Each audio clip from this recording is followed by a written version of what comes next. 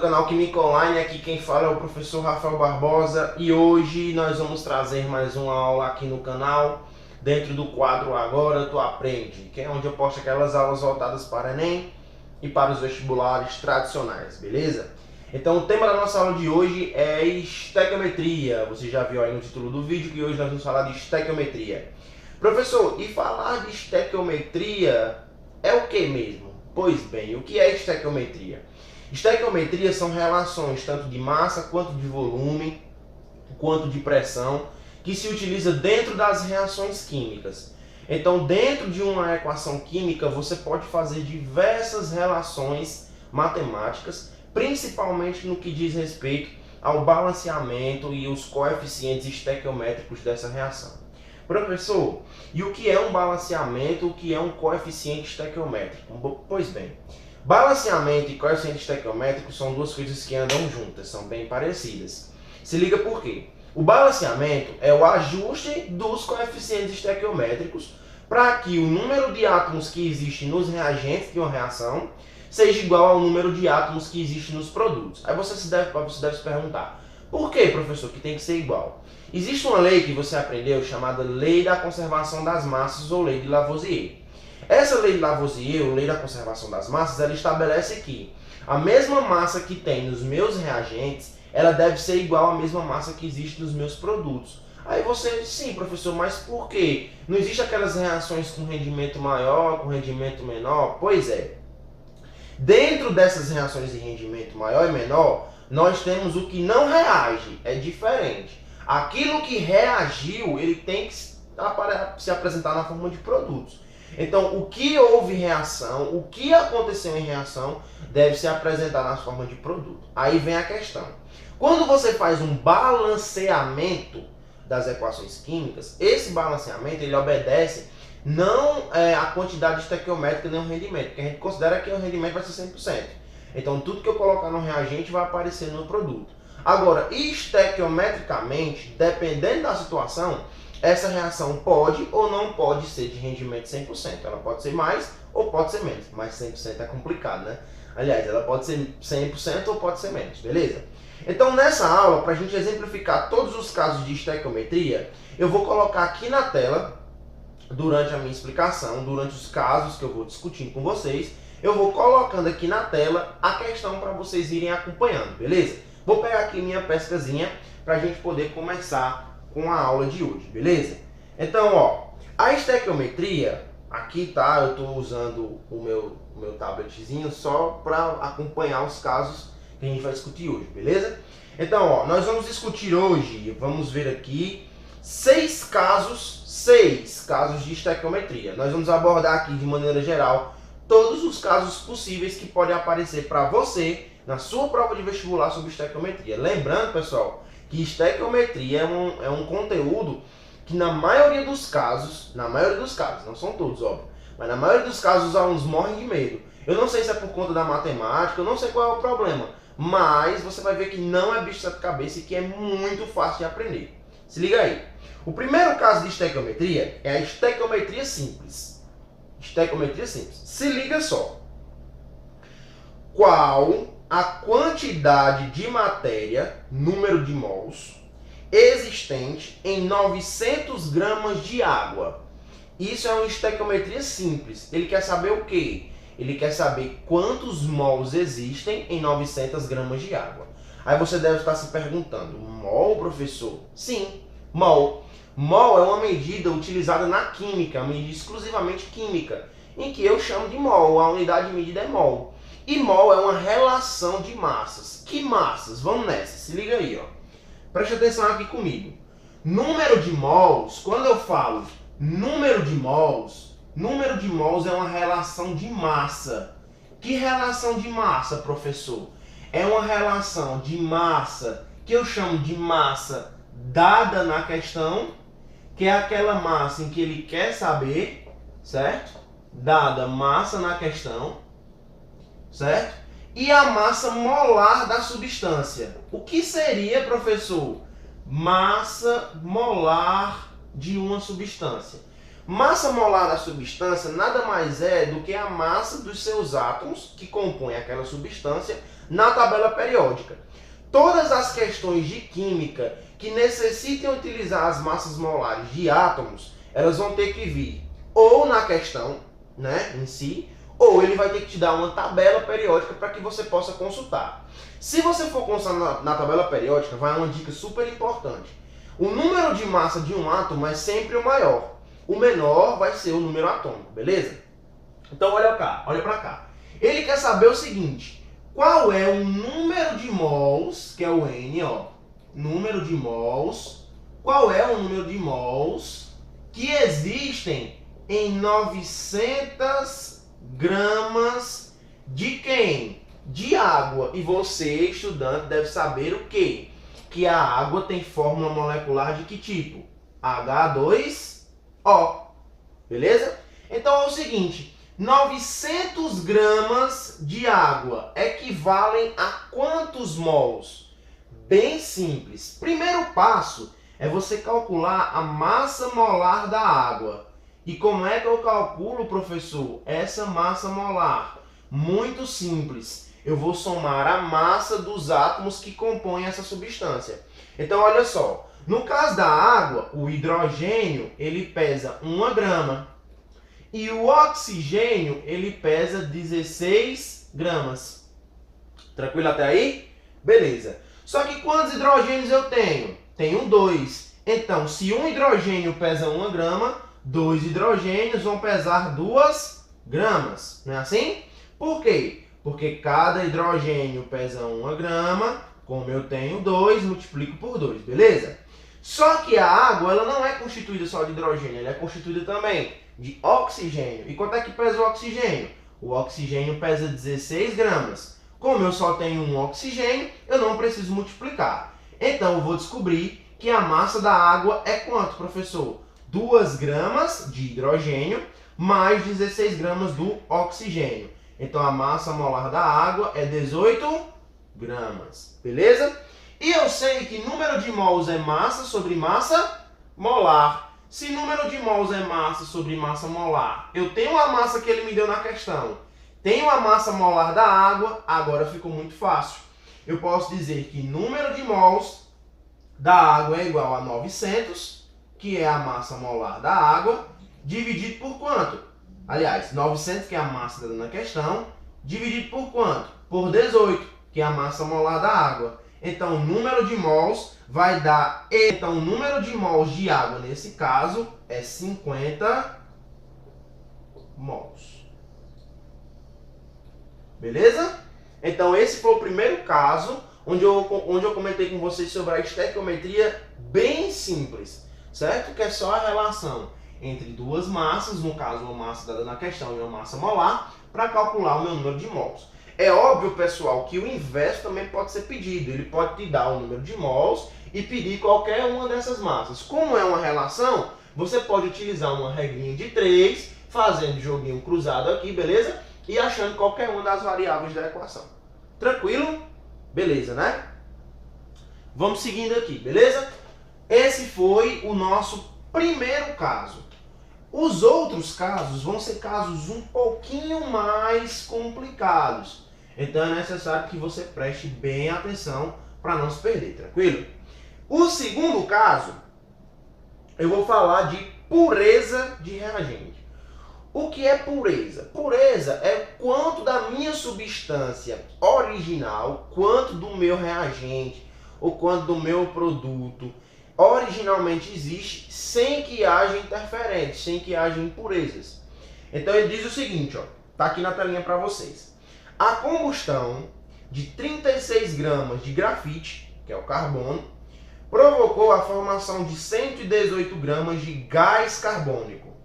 Qual foi o rendimento da reação? Primeiro, ele diz pra gente que é uma reação de combustão. E o que seria uma reação de combustão? Olha para cá. Combustão nada mais é do que uma reação na presença de oxigênio. Então, toda combustão tem que ocorrer na presença de oxigênio. Então, nesse caso, eu tenho o carbono grafite reagindo com o oxigênio, formando o gás carbônico. Professor, como é que o senhor sabe que o grafite reage com o oxigênio formando o gás carbônico? Primeiro, você tem que saber que grafite e diamante são alótropos. Tem uma aulazinha aqui no meu canal, né? Eu vou deixar aqui na descrição para vocês uma aula sobre alotropia. Então, nesse caso, é interessante que você saiba que o carbono grafite e o carbono diamante são alótropos, certo? É interessante que você saiba que o carbono grafite, que eu vou representar por esse Gzinho aqui embaixo, não confundir com o estado gasoso, certo? Reage com o oxigênio, formando o gás carbônico.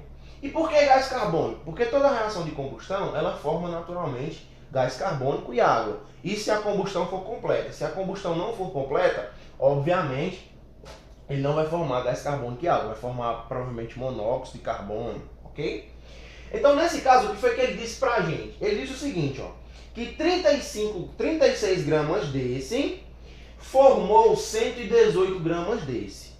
De início, você tem que saber o seguinte, qual é a massa de carbono e qual é a massa de CO2 que eu formo. Primeiro, a reação está balanceada? Tá, né? Ó, um carbono nos reagentes, um carbono nos produtos. 2 oxigênios nos reagentes, 2 oxigênios nos produtos. Então, a reação está balanceada. Agora, vamos observar a relação de massa. Quanto é que pesa 1 mol de carbono?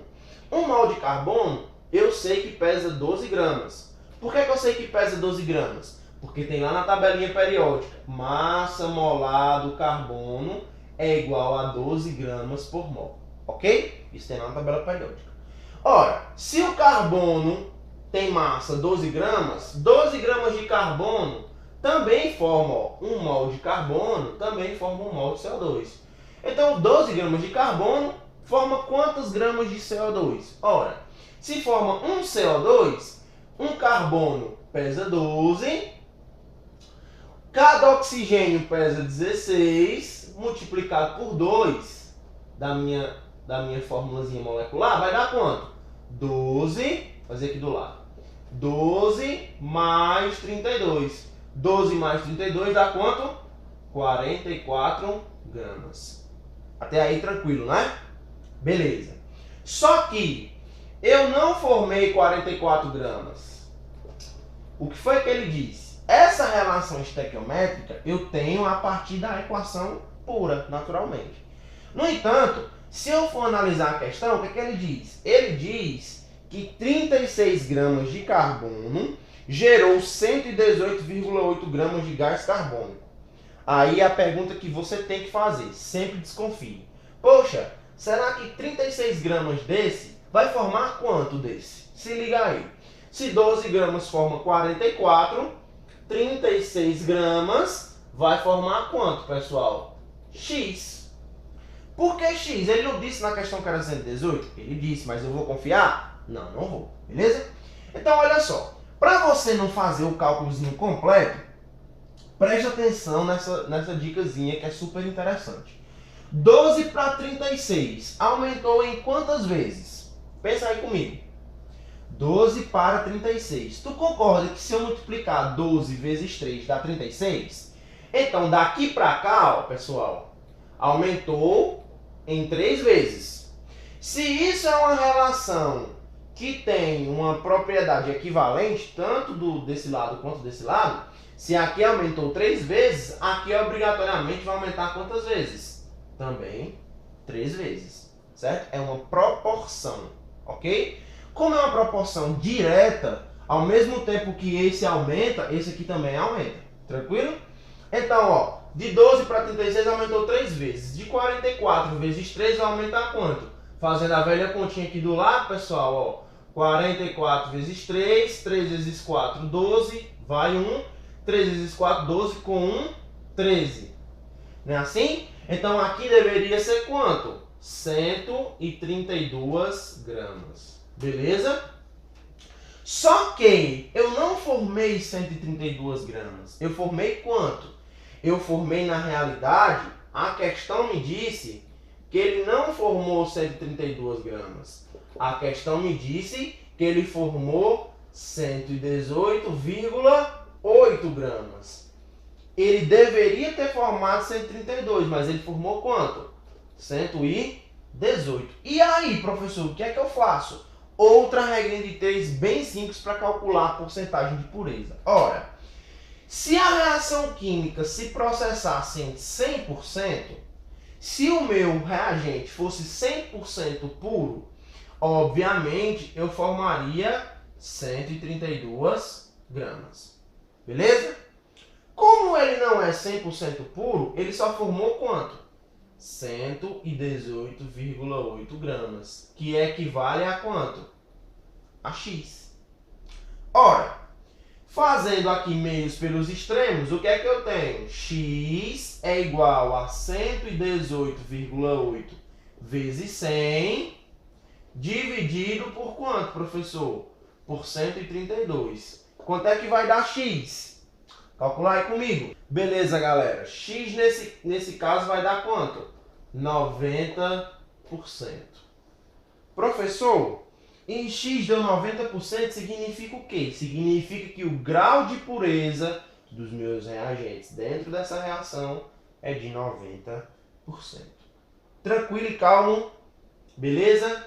Esse foi o nosso segundo caso. Falando um pouquinho sobre a estequiometria das reações, beleza? Continuando aqui com a nossa aula sobre estequiometria, nós vamos agora para o terceiro exemplo, certo? Vamos para o terceiro exemplo, onde nós vamos medir o rendimento de uma reação química. Se liga aí. Uma amostra de 200 gramas de carbonato de cálcio, de massa molar 100 gramas, produziu por decomposição térmica 66 gramas de CO2, que tem massa molar 44 gramas, de acordo com a seguinte equação. Aí ele dá a equação para a gente assim, ó. CaCO3 produziu CO2. Ora, se eu tirar daqui o CO2, obviamente sobra o CaO, que é o óxido de cálcio. Então, carbonato de cálcio, por decomposição térmica, produziu o dióxido de carbono mais o óxido de cálcio. Beleza?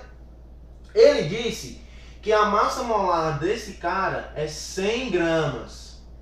E diz que a massa molar desse cara é 44 gramas. Tranquilo? Ele me dizendo isso, ele já me dá muita coisa da questão, porque agora eu já sei quais são as massas molares e eu não preciso ir calculando átomo por átomo. Beleza? Então, olha só, ele diz o seguinte. Ele disse que uma amostra de 200 gramas disso aqui, desse carbonato de cálcio, produziu 66 gramas disso. Aí a primeira pergunta que você tem que fazer: será que 200 gramas de carbonato de cálcio produz 66 gramas de CO2? Olha só, eu sei que 100 gramas desse está para 44 gramas desse. Por quê, professor? Porque a reação química balanceada, ela confere a mim um mol desse, produzindo um mol desse. Tranquilo? 100 gramas desse produz 44 gramas desse. Se eu coloquei 200 gramas, como a questão me informou, obviamente eu vou produzir quanto? X. Aí lembra da regrinha do exemplo passado. Se nesse caso 100 gramas passou para 200, ou seja, aumentou em 2 vezes, 44 gramas também vai aumentar em 2 vezes. Tranquilo? Se aqui passou a 2 vezes, aqui também passa 2 vezes. Então 44 vezes 2, X vai dar 88 gramas. Aí você pergunta para mim: oxe, professor, mas na questão ele não diz que produziu 88, ele diz que produziu 66. E aí é onde está o segredo da questão.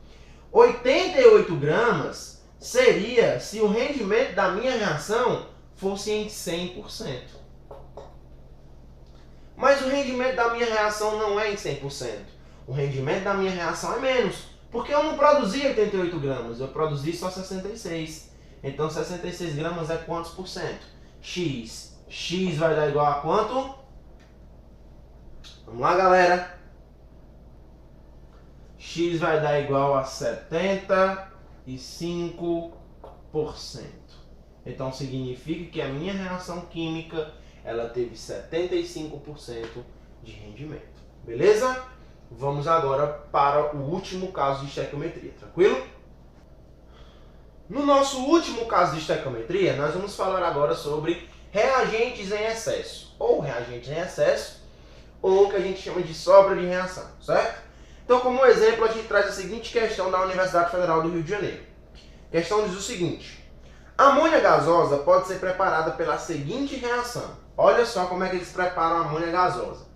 Eles pegam óxido de cálcio, reagem com 2 mols de cloreto de amônio. Esse cloreto de amônio forma o quê? 2 mols de amônia mais água, que é o H2O, mais o cloreto de cálcio, que é o CaCl2, ok? Aí ele diz o seguinte: se 112 gramas de óxido de cálcio reagirem com 224 gramas de cloreto de amônio, qual será a quantidade máxima de amônia produzida?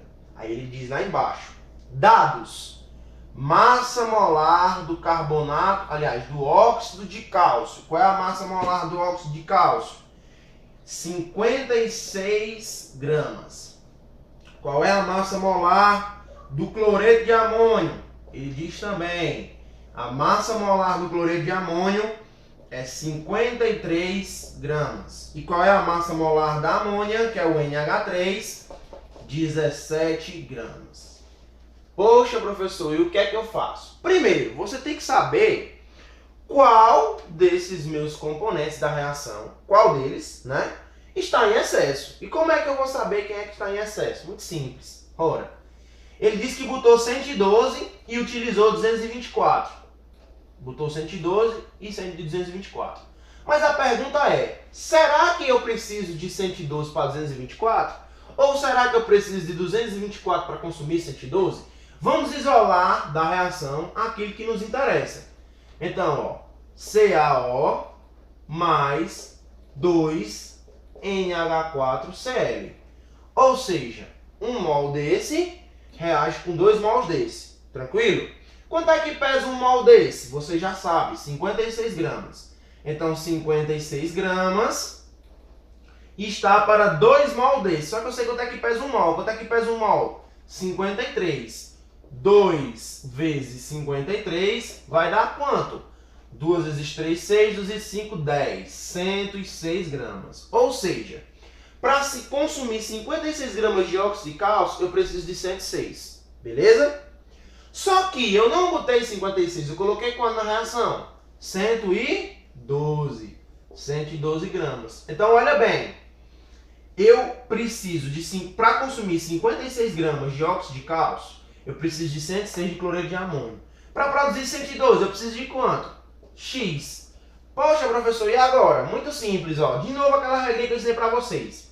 Daqui para cá, a proporção foi de quanto? De 2 vezes. Então, daqui para cá também tem que ser quanto? 2 vezes. Ora, 106 vezes 2 vai dar quanto? 212 gramas. Oxe, professor, 212 gramas, beleza.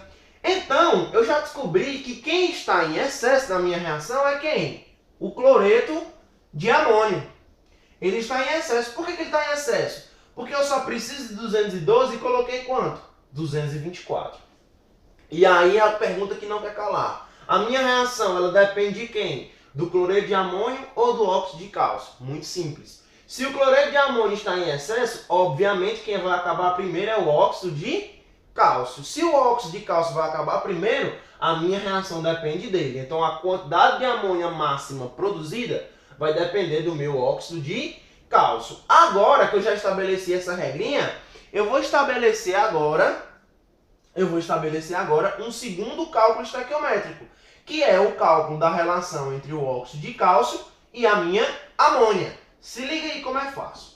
O que é que eu vou fazer agora? Ora, eu já sei que depende do óxido de cálcio. E o que é que eu sei? Que um mol de óxido de cálcio vai produzir 2 mols de quem? De amônia. Não é assim? Então, olha só. 1 mol de óxido de cálcio é quanto? 56 gramas. 56 gramas. E 2 mols de amônia é quanto? Ora, 1 mol é 17. 2 mols vai ser quanto? 34 gramas. Beleza? 34 gramas. Só que agora eu não coloquei 56 gramas de óxido de cálcio. Eu coloquei quanto? 112 gramas para formar quanto? X. Se aqui aumentou em 2 vezes, obviamente, aqui também aumentará em 2 vezes. 34 vezes 2, X dá igual a quanto?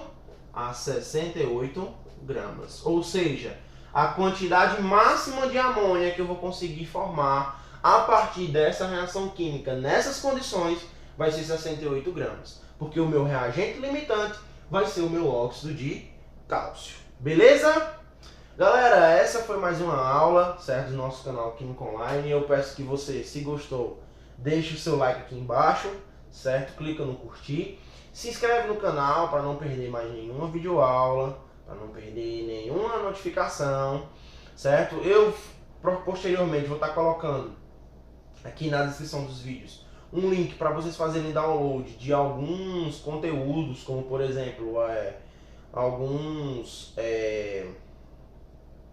materiais que vocês podem fazer download livremente, tá? Vocês podem aí baixar alguns livros, alguns arquivos. Posteriormente eu vou estar fazendo isso.